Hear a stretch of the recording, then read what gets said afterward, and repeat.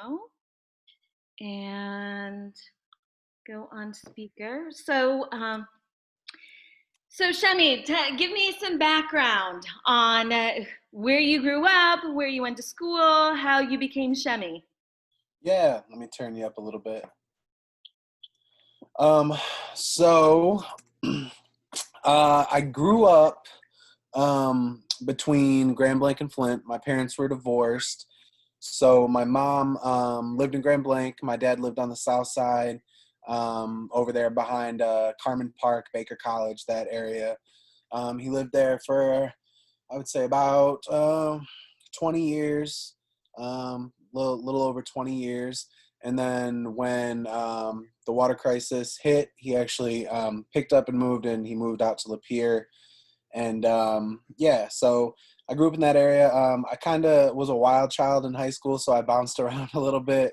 I attended Grand Blanc, I attended Atherton, and then I attended the last school I was at was Grace Christian Academy in Flint. And through Grace Christian Academy, and actually I think that was a subsidiary of actually Central at the time, and they did homeschooling. So that's where I ended up, and then I wasn't the best student there, so later on down the road I ended up getting my GED. I became Shemy. I actually started rapping in fifth grade. I wanted to be student council president, so I did my student council speech as a rap, and yeah, so that's when I started rapping. And then from fifth grade all the way to eighth grade, I actually ran every year and I rapped every year, and so I was student council president from fifth to eighth grade. And I just was always I always like loved the genre, loved the culture. um, I'd say like the first hip hop CD I got was Tupac's Greatest Hits, the double disc, and my mom got me that. I think the edited version, of course, in fifth grade, and then so I was a big Tupac fan early on, and then in sixth grade I was introduced to one of the older kids came to my birthday party, and he brought me a Jay-Z Life in Times of Sean Carter Volume 3 album, and then from there on, I just knew that that's what I wanted to do. As far as the talent, just not to, I say this as humbly as possible, it came natural. Writing and stuff came naturally to me, and obviously I picked up on a lot of the flows I listened to, Tupac, Jay-Z. I obviously learned things, but the flow and stuff came naturally.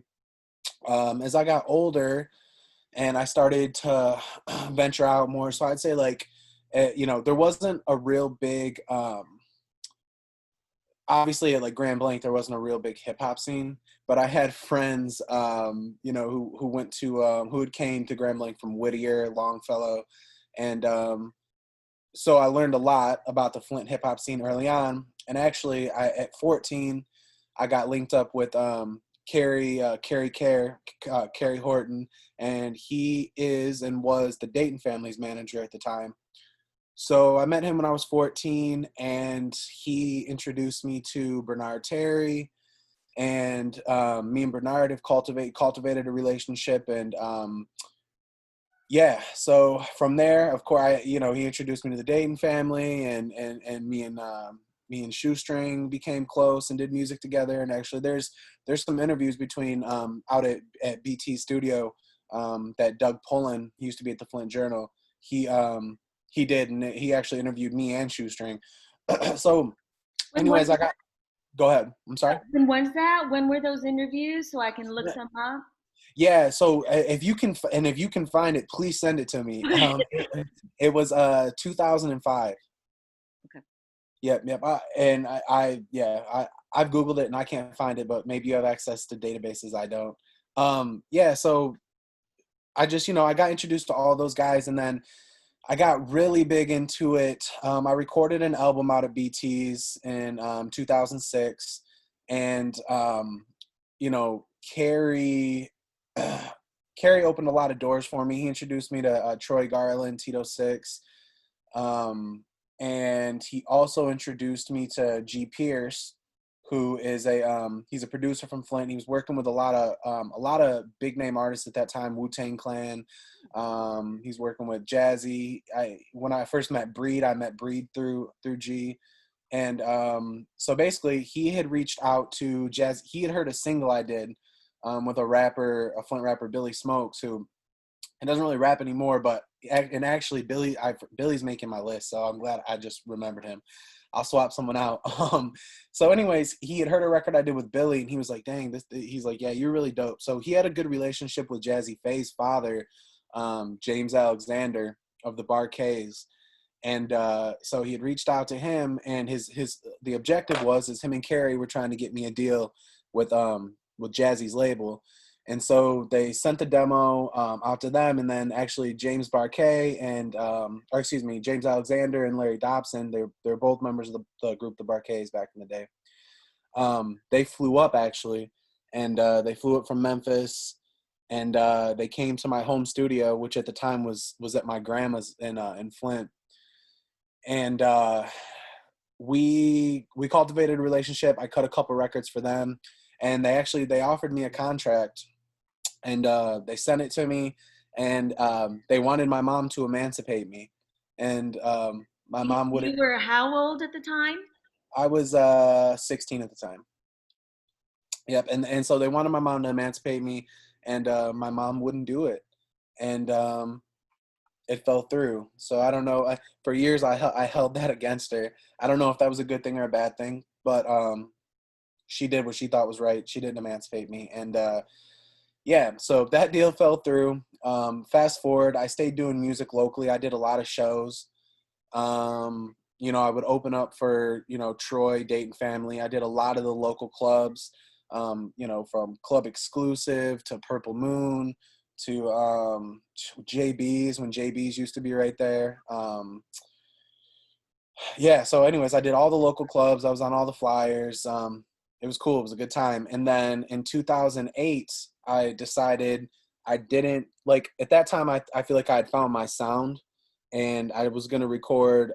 I recorded like little EPs and stuff, but I felt like I didn't have a full body of work that embodied like who I was as an artist. So I decided to record an album, and with the help of BT, Bernard Terry, and his name is Rio. He was a producer, Rio, out of Flint. We decided to put together an album, and the album was called "Look at What I Came From." It was 14 tracks. It was recorded in my home studio at my grandma's, and then BT mixed the whole thing. So that record grabbed the attention of a record label called KRD out of Houston, and the guy who ran that label, his name was Keto. I can't remember his last name for the life of me, but he was an attorney. He's from Flint. He actually played football back in the day at Northern. He was a big football star. But anyways, he became an attorney, moved down to Houston. He started a label, and him and this guy named Zach, they started KRD. And Zach was he was I guess you would call him a film producer. I mean, he shot documentaries, he shot music videos and stuff. I know he had worked with like the likes of Big Sean before Big Sean really blew up and stuff like that. And the name of his business was 10 Brand, TEN Brand. 10 Brand Films. So anyways, it got their attention, and they said, we want to put some money behind this record, and we want to see if we can get a distributor for it. So they ended up getting a distributor, and the record got picked up by Koch, which is, E1 Entertainment now, but it was Koch back then. And that record is, so Clay Church from 93.7 said that that was the best local record he'd heard since the Dayton Family, What's on My Mind. And I'm of course biased, but it was a great body of work. I put everything into that record, and so so it got picked up by Koch, and then again, when I was younger, I was a real wild child, and I didn't really understand the business side of things, and I got impatient a lot. And this is actually a common theme with a lot of Flint artists who at the time, or one point or another had, record deals, people lost their cool, then they'd lose their deals. And so that kind of happened to me. They kept pushing the record back. I believe they said I had about 5,000 pre-orders on the record. This is what KRD tells me. I never seen the numbers on it. So 5,000 pre-orders on the record. They kept pushing the record back because they were saying that they were trying to get more pre-orders on it. But the problem is I didn't see where per them, they were spending money on promotion. I didn't see where that money was being spent. All the promotion that I saw was coming from in-house, was either coming from Zach or Keto, and it would be like press releases they would write up. So anyways, I didn't know where the money was going, and I was just impatient. I didn't know it was taking so long. So I went above them, and I placed a call out to Koch myself. And the next day, they dropped me from the label and told me that I shouldn't have done that. So I recorded one single. It was a remix to a track off of the album because they came into the picture after the album was recorded. So I recorded a remix to one of the tracks on the album called "What They Ask For," and they owned 50% of that recording. So once I got dropped from the label, I tried to get them to take that record off iTunes and Spotify and stuff, and they wouldn't do it. And so we kind of ended on bad terms. Me and Keto did. Him being a lawyer, I didn't really have much of a leg to stand on. That song is actually still on Spotify and iTunes. And the reason I want it off is because if you look at all of my other graphics and branding throughout the years, it just looks so cheap and cheesy. And I just don't want it on there anymore. So anyways, that's how that happened. And that's really, I guess, how I became Shemy. After that, I moved down to Kalamazoo. I was kind of like disgruntled, and go ahead. Which year is this that you moved to Kalamazoo? So I moved to Kalamazoo in 2009. Okay.